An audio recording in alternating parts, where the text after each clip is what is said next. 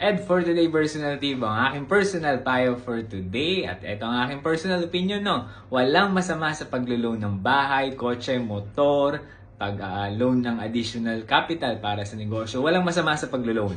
Nagiging masama lang ang paglo-loan kapag ito hindi mo na kayang bayaran. Kaya nga dapat, di ba, lagi kong sinasabi na kung sakali mangungutang tayo, maglo-loan tayo, siguraduhin natin na mababayaran natin ito at kaya natin itong bayaran. Dahil kung hindi, una pa lang, wag mo nang isipin, wag mo nang tangkain dahil nga hindi mo kaya. Kagaya ng sinabi ko, kung sakali mo maglo-loan, lagi mo sisiguraduhin na kaya mo itong bayaran.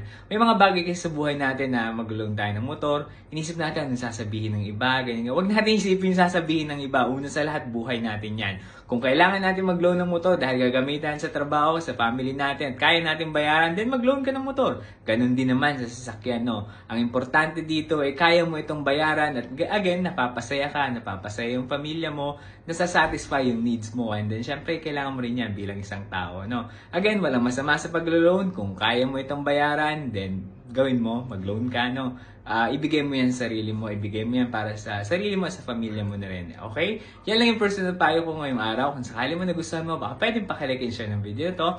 Pwede mo akong supportahan sa pamamagitan pag-like and follow na FB page ko na Ed for Today. Syempre, ganun din naman sa TikTok at ganun na rin sa YouTube. Yun lamang, salamat!